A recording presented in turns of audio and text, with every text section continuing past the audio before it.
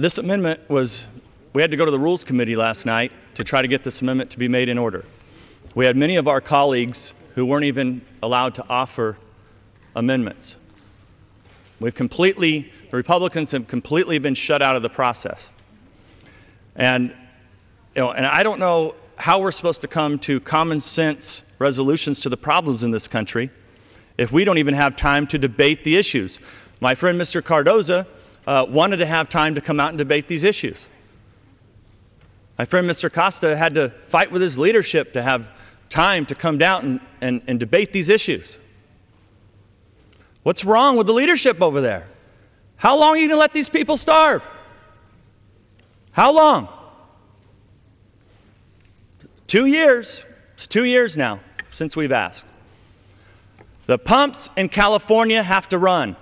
And sooner or later, your colleagues in Los Angeles, whether they like it or not, the Democrats in Los Angeles who have refused to do anything, their water rates are going up. They're running out of water. San Diego's water rates are up 40% this year.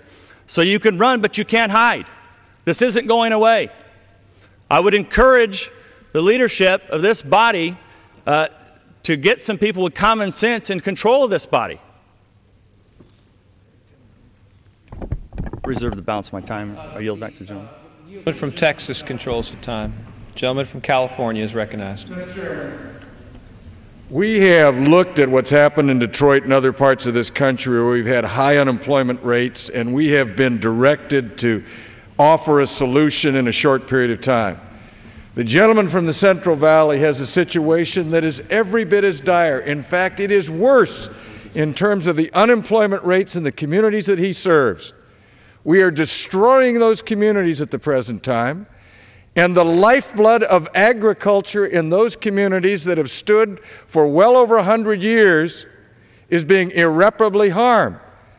And the gentleman's amendment, although it may not be the best solution as he suggested, is the only thing that he has been given an opportunity to present in this body. And he has waited every year that he has been here to try and solve this problem, and yet there has been a failure for us to solve this problem. And I don't know how we can stand here and say to the gentleman, just wait, as he has percentages of unemployment that would shake the rest of this country, when he has people whose livelihoods and whose families' livelihoods are being destroyed on a daily basis. He has heard nothing but silence in this House and from this administration. I would hope that we could support his amendment. It may not be the perfect amendment, I agree, but it's the only thing he has been given an opportunity to bring to this floor, and maybe it will begin an awareness in this House and this administration that you can't throw away a part of the Central Valley of California and say these are disposable people, these are disposable families, these are disposable farms. Well, thank you. Thank the gentleman. My friend from California, Mr. Lundgren, is exactly correct. This is all we can do. The Democrats, majority, you're correct. This isn't a solution to the problem, but it's all we can do.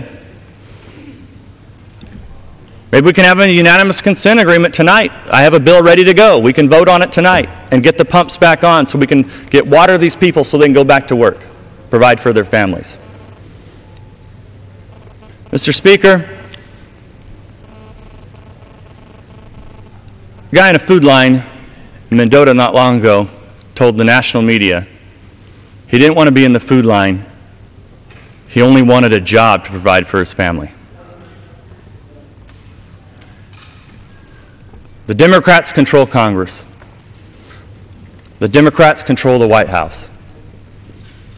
How much longer does the guy have to wait to feed his family?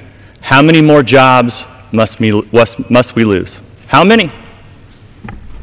I want to know, how many jobs should we lose? Is 40,000 jobs in the San Joaquin Valley not enough? Should we go to 80,000 jobs? 150,000 jobs? Should we put 1 million acres out of production? You guys are in control. Why don't you tell us how many acres you want out of production tonight so we can just end the misery? Tell the people, look, you got to move out of the valley. Maybe they can move to the Bay Area. Maybe there'll be work there for them. Maybe they'll get green jobs. I don't know.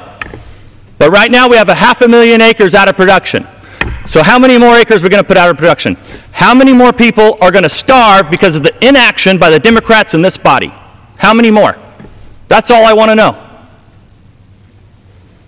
I'll yield if anybody wants to answer me how many jobs we're going to lose. The gentleman from Texas controls the time.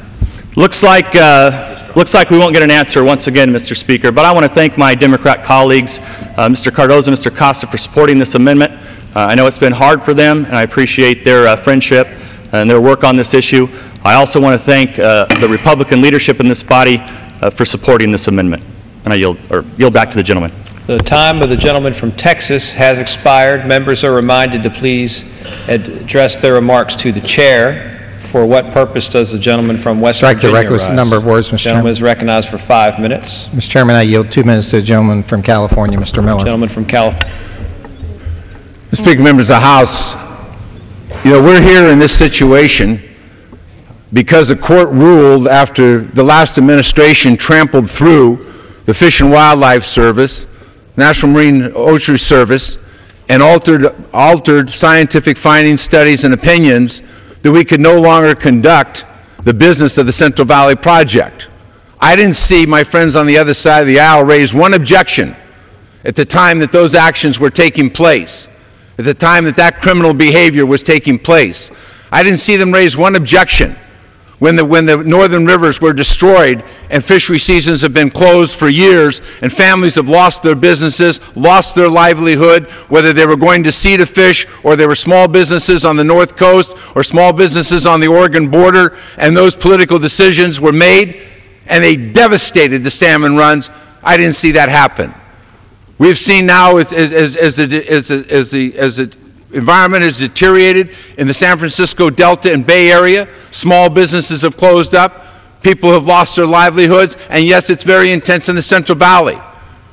But I don't see some of my colleagues on the other side who represent areas that have 100% of their water. No, I will not at this time. That have 100% of the water. In fact, some of the valley farmers have 70% of their allocation in this drought year. To blame this, somehow to blame this on this moment, this administration that's been in office for 5 months or 6 months, when in fact for 8 years there was a design to exploit this system by opening up the pumps, devastate the system, and now those chickens have come home to roost. And those illegalities have been found out. The court has asked for direction. This administration put together a biological opinion. It was peer-reviewed, and they've offered that up to begin the discussions of how we settle some of these problems in the Delta, south of the Delta, and north of the Delta. That now is going to be thrown into chaos if this amendment succeeds to become law, because then we will not have those tools available to us. So we'll go into another year that may be a drought, and we will not have a system-wide approach to dealing with that to help the families in the Central Valley, in Southern California, in Northern California. These are all the same families. These are all the same people who are looking for work, looking for jobs. But the fact of the matter is, if you devastate this water system, they all pay the price. And so now we're trying to recover from 8 years of mismanagement, from 8 years of illegal activity, from 8 years of throwing science out the door, and now we're left with that wreckage. There's a lot of cleanup to do after this Bush administration, and this is one of those projects. And this project now has to be rehabilitated. This project has to be brought together so that the Central Valley Project can serve its clients, can serve the needs of the whole state of California, not just one part of the state of California. And if it doesn't happen that way, it's not going to work politically, it's not going to work environmentally, it's not going to work scientifically, and it's not going to work economically.